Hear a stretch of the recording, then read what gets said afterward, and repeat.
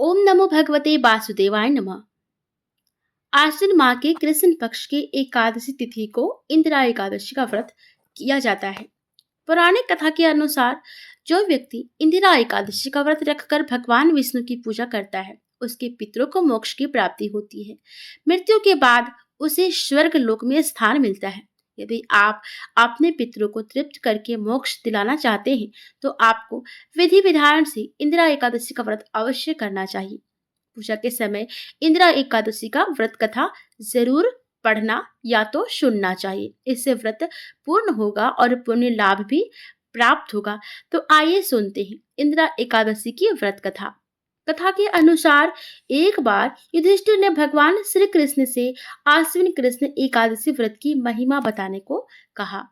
इस पर भगवान श्री कृष्ण ने कहा कि इसे इंदिरा एकादशी के नाम से जानते हैं, जो पापों को नष्ट करके पितरों को मुक्ति प्रदान करता है। इतना ही नहीं, जो केवल इंदिरा एकादशी की व्रत कथा को सुन लेता है, उसे वाजपेयी यज्ञ कराने के बराबर फल प्राप्त होता है। इसलिए इस व्रत की कथा को अवश्य सुनना चाहिए। सतयुग में महिष्मती नगर पर राजा इंद्रसेन का शासन था। उसका राज्य हर प्रकार के सुख और सुविधा से भरा हुआ था। धन और धान्य की कोई कमी नहीं थी। एक दिन नारद जी इंद्रसेन के राज दरबार में प्रकट हुए। देव ऋषि को देखकर राजा ने उनका आदर सत्कार किया और उनके आने का कारण जानना चाहा। इस पर नारद जी ने कहा कि वे यमलोक गए थे, जहां पर तुम्हारे पिता से मुलाकात हुई थी। उन्होंने तुम्हारे लिए कुछ संदेश भेजा है। नारद जी ने इंद्रसेन को बताया कि वे एकादशी का व्रत करते थे। किसी कारणवश उसमें विघ्न पड़ गया था। उसकी वजह से उनको यमलोक में यमराज के निकट समय काटना पड़ रहा है। यदि तुम चाहो तो इंदिरा एकादशी का व्रत विधि पूर्वक करो, जिससे उनको मुक्ति मिल सकती है और वे स्वर्ग में स्थान प्राप्त कर सकते हैं। इतना सुनकर राजा इंद्रसेन ने नारद जी से कहा कि आप इंदिरा एकादशी के व्रत विधि बताइए, उसके अनुसार ही वह व्रत करेगा। इस पर नारद मुनि ने कहा कि इंदिरा एकादशी के दिन तुम स्नान के बाद अपने पितरों के लिए तर्पण, श्राद्ध आदि कार्य करो।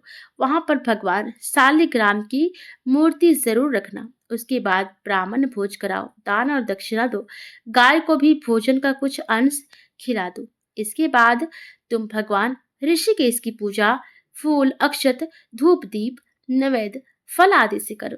रात के समय में जागरण करना। उसके अगले दिन दैनिक क्रियाओं से निवृत्त होकर पूजा पाठ करो। ब्राह्मण भोजन, दान, दक्षिणा दो, फिर पारण करके व्रत को पूरा करो। नारद जी ने इंद्रसेन से कहा कि तुम विधि विधान से इंदिरा एकादशी का व्रत करोगी तो तुम्हारे पिता को अधोगति से मुक्ति मिल जाएगी। वे स्वर्ग को प्राप्त कर जाएंगे। इतना कहकर नारद जी वहां से चले गए। आश्विन कृष्ण एकादशी तिथि को इंदिरा एकादशी आई तो राजा ने नारद मुनि के बताए अनुसार व्रत और पूजन किया। दान और दक्षिणा देकर व्रत को पूरा किया। उस व्रत के पुण्य से उसके पिता को अधोगति से मुक्ति मिल गई और वे यमलोक से मुक्त होकर भगवान विष्णु के लोक चले गए। जब राजा इंद्रसेन की मृत्यु हुई तो उनको स्वर्गलोक की प्राप्ति हुई। एकादशी तिथि का पारण समय 29 सितंबर रविवार सुबह 6:13 से सुबह 8:36 तक। इस समय आप पारण कर सकते हैं। तो जो भी व्रत रखे हैं उनको इसी समय में पारण कर लेना चाहिए।